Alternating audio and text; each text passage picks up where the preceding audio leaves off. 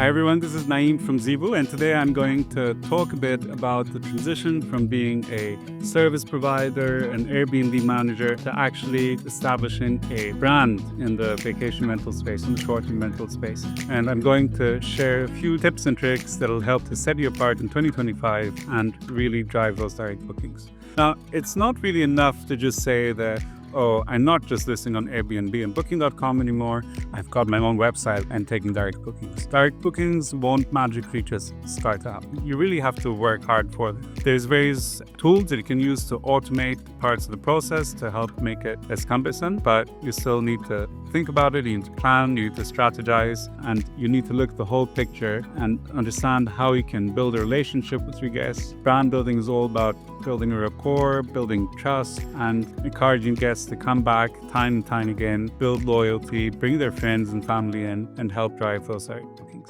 So deciding to take direct bookings and setting up a website is obviously a must. It's the first step, but there's a lot more to it that you need to take care of when thinking of building a brand. So firstly, you need to look at your name. A lot of people start off by managing listings, and they'll choose a name that they think makes sense to potential clients, which in the first instance is property owners. So it could be something like, I'm a good host, basically, something that conveys the fact that I'll take care of your property. However, when you start building a brand for direct bookings, you really need to be thinking about your target audience, which in this case will be paying guests. You need to, if you already have a brand, you need to think about, is this brand one that will resonate with my guests, or do I need to create a new brand or rebrand potentially? So what I ended up doing is I actually ended up having two brands. We've got Keysark, which targets property owners, and then we've got Payment Club, which is the brand that is guest facing. What this allows us to do is we can have two sets of social media pages. We've got two separate websites, and in each of those we explain the benefits to the target audience. So with Keysark, we'll be talking about how we take care of your property. We can arrange professional photography. We send in professional cleaners. We go in and check in on your property from time to time. We take care of payments, bookings, and so on and so forth. Whereas with Payment Club, we advertise our properties, we put up the photos and put out special prices, we'll share voucher codes, we'll describe things there are to do in the area around each property and why guests should choose to stay with us. We'll show off amenities like Wi-Fi and free parking, so on and so forth. So hopefully that gives you a bit of an idea of the separation of the brands. And as I was saying, once you decide that you want to really go ahead with taking direct bookings and building this brand or building your business really rather than just listing on someone else's website, then you need to pick a nice name. You need to think about the visuals, so like the logo, the color palette that you want to adopt for your brand.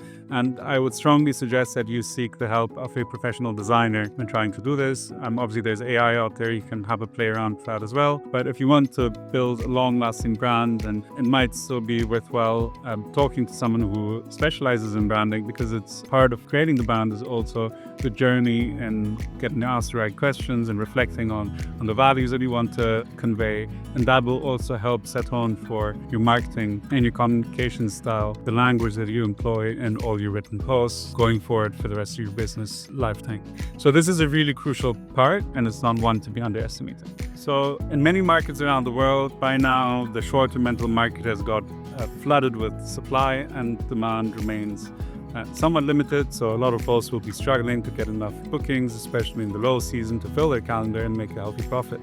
One way of combating this is by trying to ensure that once a guest lands on your website or sees your profile, even on the third-party listing site, they feel confident, they feel attracted to your listing. And obviously there's a lot of elements that feed into this, not least the pictures of your listing, the description and the title, but also the whole branding. So your logo or how you present yourself as a host makes a huge difference to this, alongside the reviews that speak and should hopefully reinforce what your brand stands for. It's very important that you try to build a strong brand, because a guest is a lot more likely to book listing of a brand that is well presented online, regardless of how large the operator is. That's not something that the guest is necessarily looking for, as opposed to booking a listing of a larger operator who's not really invested in branding their business properly. So this is something that we put a lot of work in across all the properties that I manage or that I own. And we always spend a lot of time coming up with a beautiful logo and ensuring that we've got